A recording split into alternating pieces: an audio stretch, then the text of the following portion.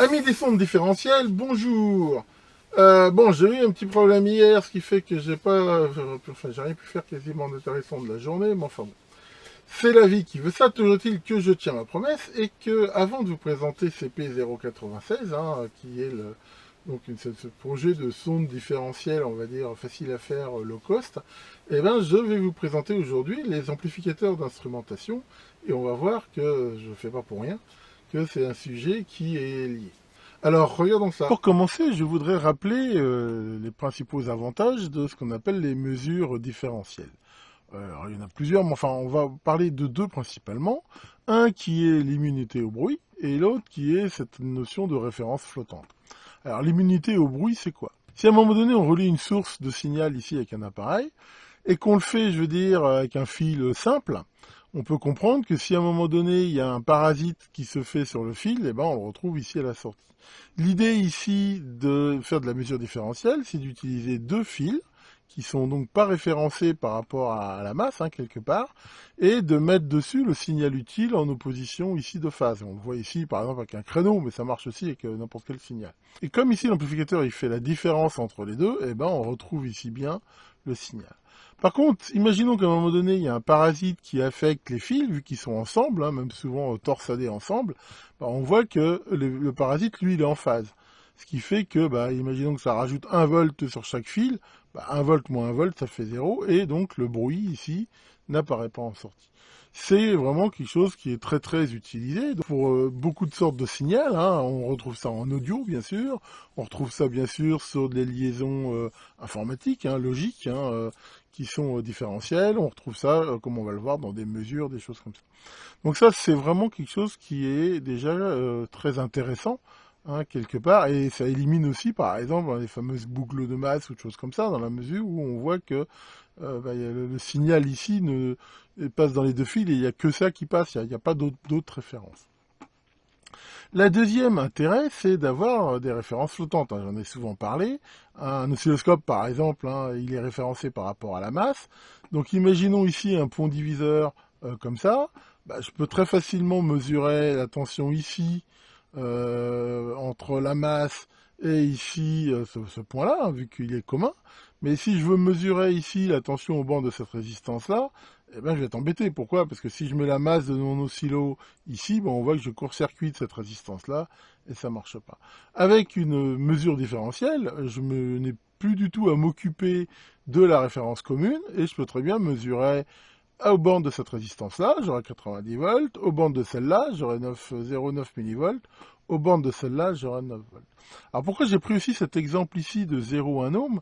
Parce qu'on voit aussi quelque chose qui est très intéressant, c'est qu'avec une tension relative qui est importante, ici de 9 volts, mais j'aurais pu mettre la 10K ici et puis j'aurai 90 volts, et ben je peux faire une mesure ici qui en proportion est très faible. Ici je peux mesurer 0,9 millivolts, alors que ma tension, on va dire, par rapport à la Terre, elle est de 9 volts. Et ça, elle est complètement éliminée. C'est-à-dire que je peux mesurer des tensions très faibles, alors qu'elles ont un potentiel par rapport à une autre référence très élevé. Donc ça, c'est vraiment quelque chose de très très intéressant, des mesures différentielles. Alors bien sûr, il faut quand même que, on le verra tout à l'heure, que les tensions quand même, ce qu'on appelle le mode commun par rapport à la masse, généralement restent dans une certaine limite. Vous voyez, ici, on s'en affranchit quand même, donc ça, c'est vraiment aussi la chose la plus intéressante des mesures différentielles. Alors, pour faire des mesures différentielles, généralement, on va utiliser quelque chose qui s'appelle un amplificateur d'instrumentation.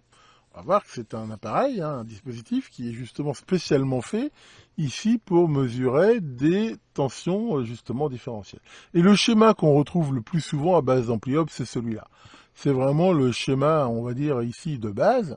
Et donc, comme on peut le voir, il y a deux entrées ici et une sortie, sachant que cette sortie, généralement, elle va être égale à un gain, alors qui peut être ce qu'on veut, il peut être supérieur ou inférieur à 1, mais enfin, il vaut ce qu'il vaut, multiplié par la différence ici entre les deux tensions. Donc on retrouve ici le signal utile, qu'on appelle la tension différentielle, donc qui est bien entre V1 et V2, sachant qu'il y a quand même ce qu'on appelle la tension de mode commun, sachant que ces tensions V1 et V2, elles sont quand même éventuellement référencées ici à quelque chose de commun, qui est ici la sortie, la masse, et qu'on appelle donc ces tensions de mode commun, sachant que normalement elles ne doivent pas jouer ici dans la sortie. Alors, quelles sont les caractéristiques principales d'un amplificateur d'instrumentation? Déjà, il faut que... Alors, je ne les ai pas mis dans l'ordre d'importance, hein, c'est un peu comme ça m'est venu.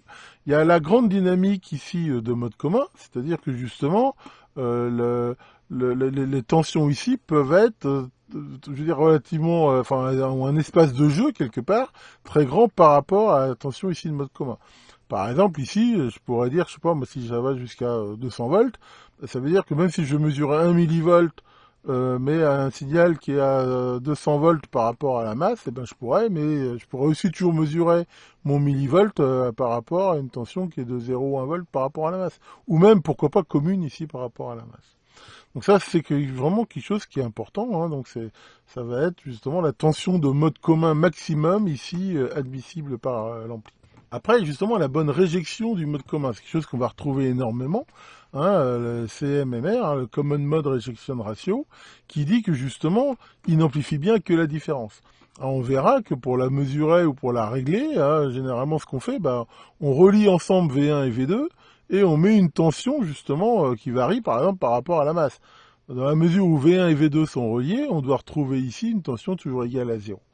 Voilà, si c'est pas le cas, bah, c'est qu'on n'a pas une bonne réjection en mode commun. Et donc ça s'exprime souvent en décibels, et c'est justement bah, le niveau d'atténuation de cette tension en mode commun qui doit être le maximum possible, hein. Et généralement, c'est très très élevé, hein, c'est plus de 100 dB largement. Généralement, un amplificateur d'instrumentation, il a une très grande impédance d'entrée. Alors, ça n'empêche pas qu'éventuellement devant, ici, on mette des dispositifs, des atténuteurs, des choses comme ça, mais à la base, il doit avoir une très grande impédance d'entrée. Et on le retrouve ici sur les schémas. On voit qu'on arrive ici sur les entrées des amplis up, qui, par définition, ont des impédances d'entrée ici très élevées. Alors, il y a deux impédances hein, ici qui sont intéressantes. D'ailleurs, il y a l'impédance éventuellement donc par rapport au commun ici. Hein, on va dire c'est l'impédance de mode commun justement, et l'impédance différentielle qui est celle qu'on pourrait mesurer entre V1 et V2. La linéarité, bon, ça c'est un peu comme tous les amplis, hein. Si c'est pour faire de la mesure, on a intérêt à ce que ça soit linéaire, que, bon, d'avoir une bande passante enfin suffisante par rapport à ce qu'on veut, évidemment le moins de bruit possible, hein, mais ça c'est propre à tous les amplis, hein, pas forcément d'instrumentation. Alors par contre, les amplificateurs d'instrumentation, souvent ils ont des gains qui sont fixés et qui doivent être bons dans la mesure où ils influent sur la mesure. Si j'ai un amplificateur d'instrumentation de gain de 100, bah, c'est important que ce gain reste de 100, parce que si à un moment donné il varie, eh ben, ma tension de sortie ici variera et sera plus fidèle à la tension d'entrée. Donc ça, c'est vraiment important que le gain il reste stable et en température et dans le temps, même en vieillissement. Aussi une bonne réjection de la tension d'alimentation, c'est comme tous les amplis, hein. C'est pas parce que ma tension d'alim ici bouge que ça doit jouer sur l'entrée. On voit que dans l'équation de sortie, la tension d'alimentation ne joue pas. Alors après, c'est comme tous les amplis, ils ont aussi une impédance de sortie qui généralement doit être plutôt faible ici, et aussi éventuellement une puissance de sortie bah, en fonction des besoins. Alors, généralement, c'est pas des mégawatts, mais pourquoi pas, je veux dire, enfin, c'est la puissance dont on peut avoir besoin. On va retrouver évidemment la bande passante hein, et aussi la réponse en fréquence. Généralement, on s'arrange pour que c'est, comme tous les appareils de mesure, une réponse en fréquence, au moins dans la bande passante, qui soit le plus flat, le plus bas, enfin le plus constant possible. Donc en effet, après, il y a cette notion de gain, sachant que voilà, c'est sûrement avec cette résistance-là qu'on peut le régler. Enfin, soit avec ça, soit avec des atténuateurs d'entrée. C'est-à-dire que le gain ici est fixe. Hein, par exemple, lui, il est toujours de 10 000, par exemple, et on met des atténuateurs à l'entrée. Mais l'idée, c'est que un amplificateur d'instrumentation, il a soit un gain qui est fixe, soit qui est réglable. Mais donc, ce qui le caractérise quand même, c'est son gain maximum ici. Et justement, dans les paramètres, hein, il y a, comme je viens de le dire, ça peut être le gain, ça peut être des fois, j'ai déjà vu l'impédance d'entrée, même si c'est pas très fréquent. Comme on va le voir aussi tout à l'heure, ça peut être la bande passante qui va être réglable. Donc il y a des amplis qui sont réglables, d'autres qui sont fixes. Après, il y a le fait qu'il soit résilient bah, aux surtensions, aux parasites extérieurs. Généralement, comme justement, ça, on va mettre au bout des capteurs qui peuvent être reliés par des fils ici très très longs. Bah, c'est intéressant éventuellement d'avoir des protections en entrée pour que bah, ça ne flingue pas s'il y a une grosse surtension. Et là encore, on retrouvera soit des surtensions de mode différentiel, c'est-à-dire des surtensions entre V1 et V2, ou en mode commun, ici, qui elles, justement, peuvent être fortes. Ici, donc, Là, c'est pareil, si à un moment donné il y a une surtension qui fait qu'on sort de la tension maximum de mode commun admissible, bah, ça peut flinguer l'ampli. Donc ici, on peut mettre des protections. Donc certains amplificateurs d'instrumentation offrent une isolation galvanique totale. Alors ça a aussi certains avantages, mais c'est pas le cas de tous, hein, ça dépend un petit peu des modèles. Quelque chose qui est intéressant quelque part, c'est qu'on est assez proche en fait de l'ampli op. Rappelez-vous, un ampli op, hein, c'est par définition déjà un amplificateur différentiel, vu qu'il amplifie la différence entre ces deux entrées. Et si on regarde les qualités d'un ampli op, il y en a beaucoup qu'on va retrouver ici. La réjection en mode commun, la grande impédance d'entrée, et ainsi de suite. En gros, je veux dire, un ampli op, c'est un amplificateur différentiel. Mais qu'est-ce qui le différencie d'un amplificateur d'instrumentation? C'est justement, particulièrement, le fait que le gain est très très fort. Hein, c'est un amplificateur opérationnel tout seul. Il est fait pour fonctionner avec justement des contre-réactions qui vont le brider quelque part. Alors qu'un amplificateur d'instrumentation, il a un gain qui est fixé, par exemple un gain de 100. Quelque part, la plus grosse différence, c'est un petit peu ça. Et donc, les amplificateurs d'instrumentation, par contre, sont très souvent faits avec des amplificateurs opérationnels. Mais ça n'empêche pas que, voilà, ils ont quand même beaucoup de points communs. Pourquoi je vous parle de ces amplificateurs d'instrumentation? Parce qu'en fait, il y a plein de choses qui sont un petit peu mélangées, hein, je veux dire, dans les termes. Et des fois, on a un petit peu de mal à s'y retrouver. Donc, l'idée, c'est quoi? Déjà, c'est que une sonde différentielle, quelque part, c'est une sorte d'amplificateur d'instrumentation. Mais on les appelle comme ça parce que généralement, c'est une sonde, donc c'est plutôt utilisé avec des oscilloscopes. Mais ça revient à ça, hein. Ça reste un amplificateur d'instrumentation, on va dire, spécialisé. Alors en même temps, on associe souvent ça à des mesures de haute tension, mais pas du tout. Une sonde différentielle, ça peut exister avec comme on l'a vu, des paramètres très très variés, de la bande passante plus ou moins variée. Il existe des sondes différentielles pour oscilloscope qui mesurent des microvolts avec des tensions de mode commun qui ne doivent pas dépasser 10 volts. Hein. Il y a vraiment de tout. Alors certaines ensuite, hein, elles acceptent de fortes tensions de mode commun et donc vont permettre de faire des mesures sur des systèmes dont la tension justement de mode commun est très élevée, hein, par rapport à la masse de l'oscillo qui généralement est reliée à la Terre. Comme par exemple la tension secteur. Et c'est ça ici qui nous intéresse. Hein, je sais que la sonde différentielle que je vais vous présenter, elle est surtout faite pour pouvoir faire des mesures justement sur des systèmes reliés au secteur. Et c'est là, pour le coup, un des gros intérêts ici de ces sondes différentielles. Donc pour résumer, hein, une sonde différentielle, c'est une sorte d'amplificateur d'instrumentation. Il y en a toutes les sortes et il y en a certaines, hein, des sondes différentielles, on va dire haute tension, qui vont être spécialement faites justement pour pouvoir faire des mesures sur le secteur ou des systèmes comme ça soumis à des tensions importantes. Alors, pour pouvoir faire ces mesures, il y a, on va dire, aussi plusieurs sortes. Il y en a qui offrent une vraie isolation galvanique. Hein, donc regardez ma vidéo sur le sujet, hein, une isolation galvanique, et donc par exemple optique, quel que soit le système utilisé, mais là pour le coup elles vont permettre pourquoi pas des mesures avec des très grandes différences de potentiel, hein, pourquoi pas des kilovolts, et d'autres qui utilisent un autre système. Et l'idée, ça va être d'avoir une impédance d'entrée qui est tellement élevée que le courant, justement, de mode commun, il sera inoffensif. Et le modèle que je vais vous présenter, hein, et que je vous ai déjà présenté, souvent est basé là-dessus. Reprenons ici notre amplificateur d'instrumentation. Imaginons que ici, devant, je mette ici un atténuateur comme ça. On voit que cet atténuateur ici, il présente une impédance d'entrée de 10 mégohms ici, hein, par rapport ici à la Terre. Et pareil sur l'autre entrée. Comme lui, il a une impédance d'entrée très très grande, il vient en chaîne ici sur les 100 K là. Je veux dire, voilà, c'est comme s'il n'était pas là quelque part.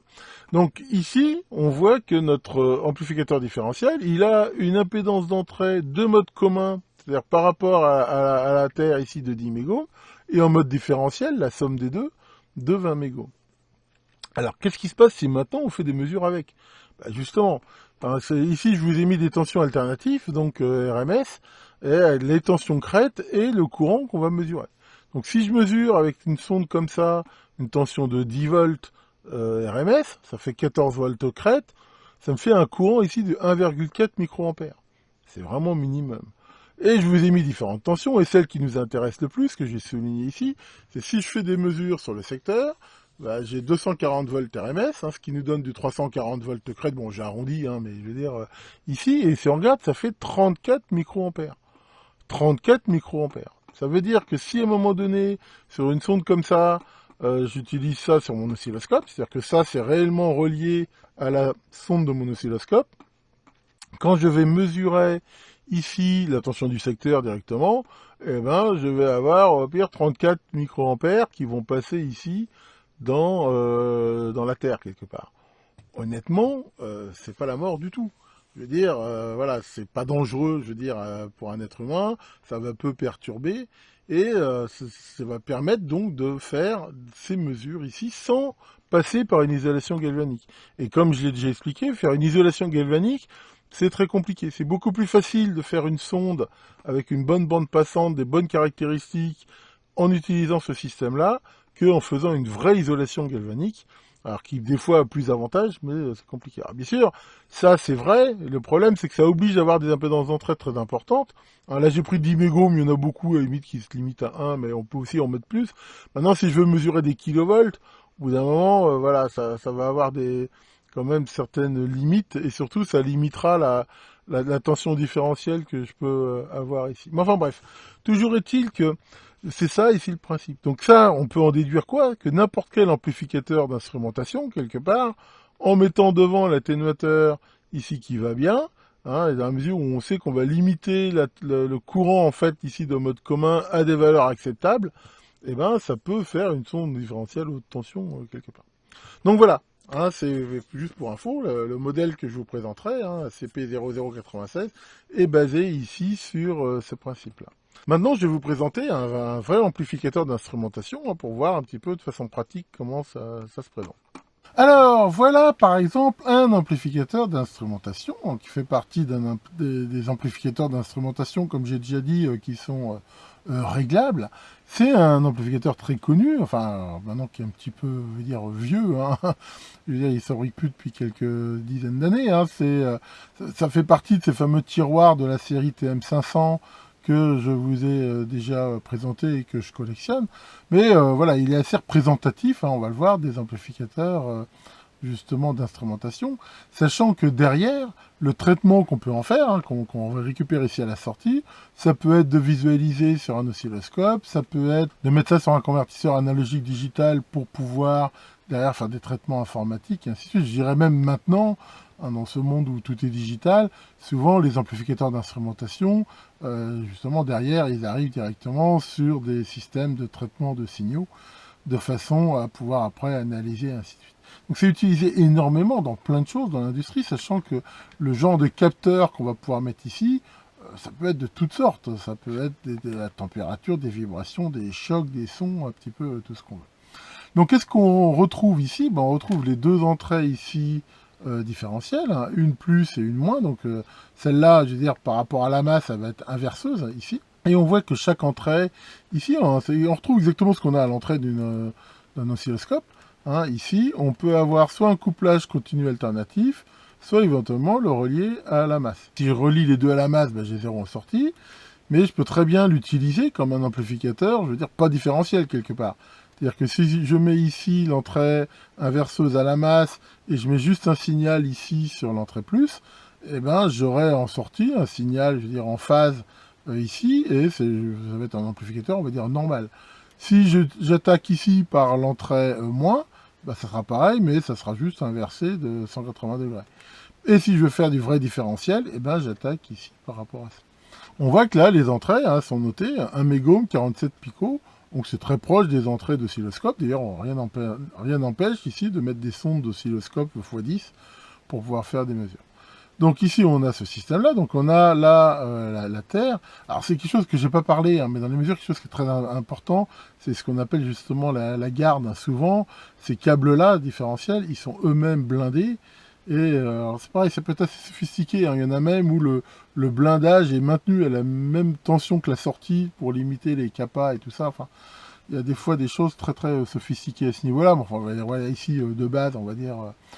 c'est comme ça. Alors, ensuite, on a ici le réglage du gain, donc avec, comme on retrouve sur un oscilloscope, ici un réglage, je veux dire, variable, ou sinon, ici par pas, et on voit que ça va une très grande dynamique, ça peut aller de 100 jusqu'à 100 000.